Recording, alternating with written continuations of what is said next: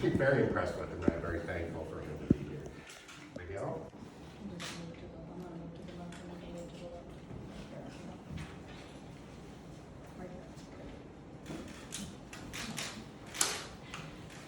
Hi everybody. So my name is Miguel Chavez. I'm 22 years old and this is my second year living at Caples Terrace.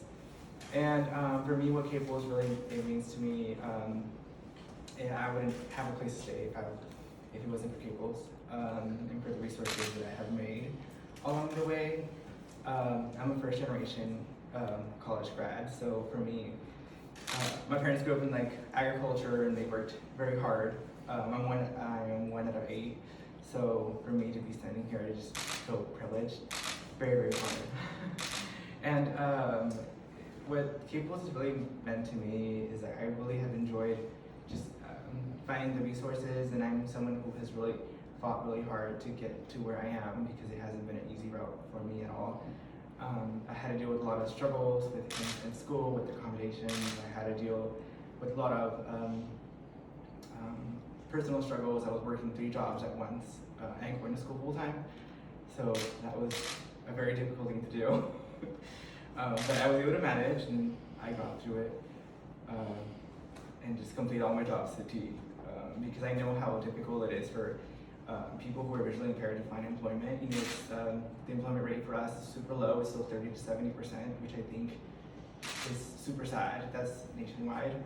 And I'm a huge advocate about people who are blind. I mean, it would be nice to have, I have friends who live at the blind school and they do their college program, and having affordable housing for them would be a great opportunity for them to get a chance to get a living situation, not be worried about where am I going to go next. I mean, I was super fortunate to find a roommate, but for me, you know, coming to Caples, I really have gotten to embrace the community and was able to just create new friendships and find ways to help others. Thank you. That's great. So great. Thank you. And he's a hiker. We're going to go on a hike. Next, I'd like to introduce Steve Walker, who's the Executive Director of the Washington State Housing Finance Commission, and that's the agency that provides many affordable housing programming, including the low-income housing tax credit. He has 30 years of experience in affordable housing and community development. He led the Finance Commission Multifamily Housing and Community Facilities Division for 18 years. He left to work for the City of Seattle for 5 years before returning as the commission to the commission as Executive Director. And I would like to go ahead and encourage him to speak about larger set-asides for Clark County. For lots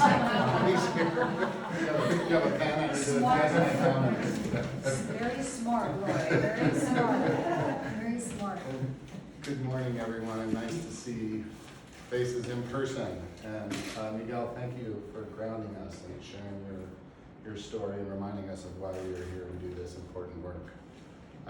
As Roy mentioned, I'm Steve Walker. I'm the Executive Director of the Housing Finance Commission. And I'm here because the Finance Commission was part of the financing for this building and hundreds of buildings like it across Washington, all using the federal affordable housing tax credit. For the last few years, when developers have come to us with their housing projects ready to go in cities and towns across the state, we have only been able to fund about half of those proposals. These are projects that are truly shovel ready. They have their sites, their plans, all of their other funding, and often enthusiastic support from the communities in which they are set. But without the housing credit, the last piece of the financing, they have to wait, sometimes not even get built. That's why Senator Cantwell has been fighting to increase and improve the housing tax credit. It is our country's best financing tool for affordable housing. It literally puts billions of dollars in private investment to work for the public good. It works. And if we strengthen and expand it, we can say yes to those projects that are sitting there waiting to go, waiting to get built. They are developments like this in every kind of city and town, serving everyone from people experiencing homelessness to working families to seniors. When you build housing that is affordable, it not only helps people who live there, it means revitalized neighborhoods, it means jobs. That is why we say housing is infrastructure. Because like a park, a road, a bridge, or a school, it's not just a structure, it's what makes a vibrant, equitable community.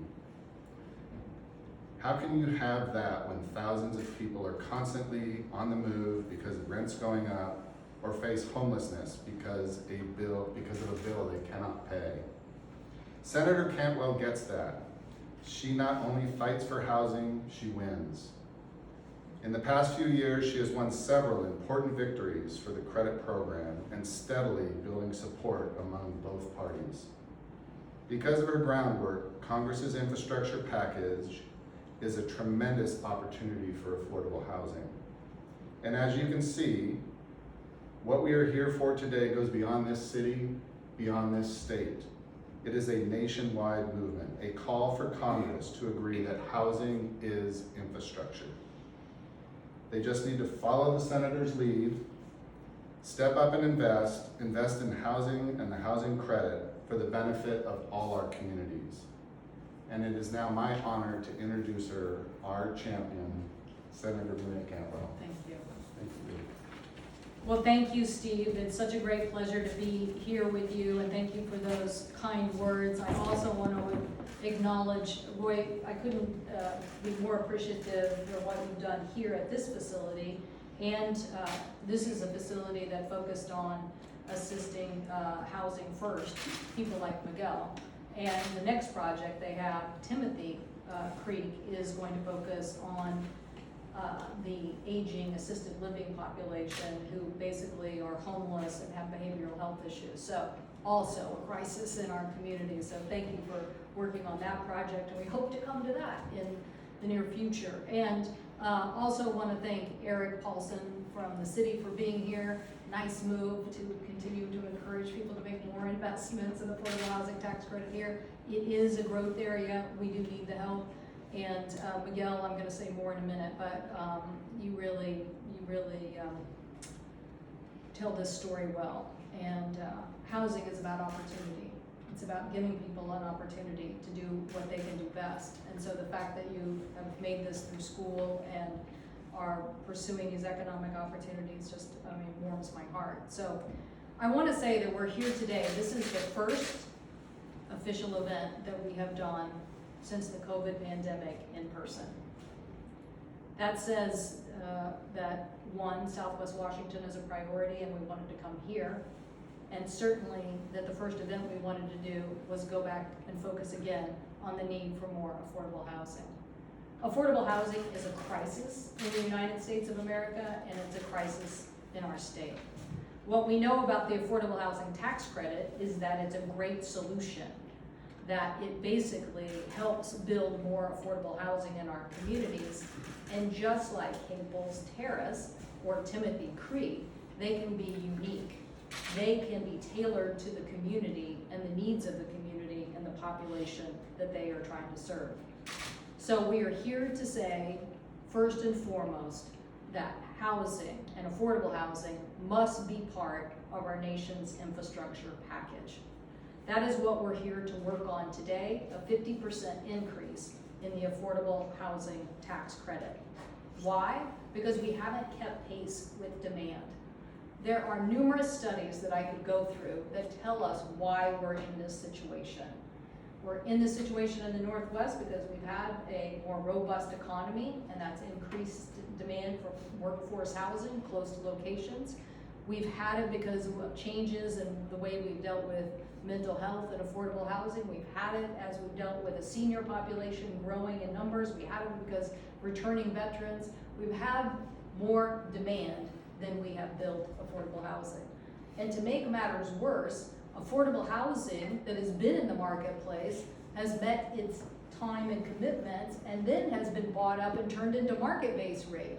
So the affordable housing that we had, we actually are losing volume. So that is why we're here today at Cable Terrace to say this is a successful project. And Miguel's story is the story about opportunity for someone if you give them that housing opportunity. After moving to Vancouver from Central Washington, he talked about his ability to go to college and to get a degree and continue now to move towards an even larger degree.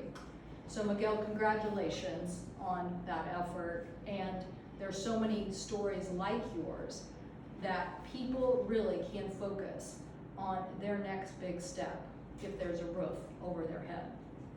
The affordable housing crisis in Clark County is similar to what we see around the state.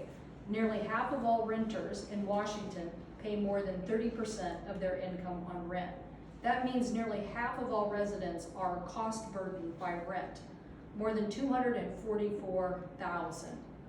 So we know that if you put housing as part of infrastructure and build more affordable housing, then we are going to help not just individuals like Miguel, but we're also going to help our economy. The Affordable Housing Tax Credit is an incentive for the private sector to build more affordable housing units. The Affordable Housing Tax Credit works by harnessing that private sector investment and creating the flexibility to provide more housing. It can be for veterans, it can be for seniors, it can be for youth, it can be for a variety of things. That is why I have introduced, along with Senators Wyden and Young, the bipartisan bill, the Affordable Housing Tax Credit Improvement Act of 2021. This bill would strengthen and improve the affordable housing tax credit by increasing the amount of credit available by 50%. As Steve mentioned, the demand is there. And by not meeting that demand, we are putting ourselves at an economic disadvantage. This legislation would build more than 66,000 units here in the state of Washington and over 2 million new affordable units across the country over the next several years. 90% of the affordable housing that is built in the United States of America is built with the tax credit. So if we don't expand the availability of the tax credit, we're not really going to get much progress in dealing with this crisis. So we need to increase this at the federal level. The legislation does three things. It increases the affordable housing tax credit by 50%, stabilizing the value of that credit and setting a minimum price to improve how the tax credit works with bonds. I'll let Steve get into the financial details of why that's so important. Second, it increases the number of affordable housing projects that can be built using private activity bonds. This helps stabilize the financing for workforce housing projects. And three, it improves the LIHTC program to serve better at-risk communities. It would make a number of improvements to help better serve veterans, victims of domestic violence, formerly homeless students, Native American communities, and rural Americans. In fact, we know that affordable housing can have an economic impact to our communities if we build it. When people don't have affordable housing and don't have a place to go, it actually can cost our system more. But if we build affordable housing, it actually is a stimulus to our economy. A recent study found that GDP between 1964 and 2009 would have been 13% higher if families had better access to affordable housing. That translates into something like $1.7 trillion dollars of increase in income and over 877,000 in additional wages. That is why we're calling on Congress now. As we discuss an infrastructure bill, affordable housing is essentially part of the needs of our nation for infrastructure. As Congress continues to debate the infrastructure and tax incentives, we want this to be a key priority. That's why I said I've worked with my colleague Senator Wyden from Oregon and Senator Young from Indiana to help do what we believe will be stimulus to our economy. We think that it puts about $346 billion in wages and business income back into the country, and it helps create hundreds of thousands of jobs in the construction of affordable housing. So in reality, this investment helps pay for the investments that we need to make. It takes the cost out of the system that we are seeing in other places where people don't have affordable housing, and it stimulates our economy with a workforce and a need. The affordable housing tax credit has been a proven success. It has been bipartisan.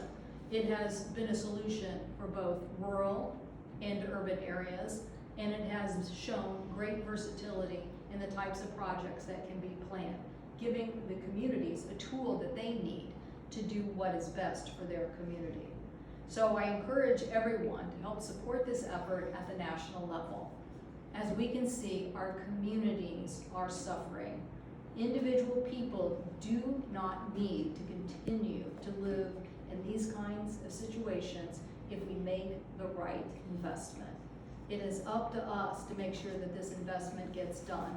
And I'm so glad, again, to be here at Cable Terrace and to be here with Miguel to advocate and to kick off what is another major focus, again, across the country, to get our colleagues to get this done this July when we return. Thank you all very much.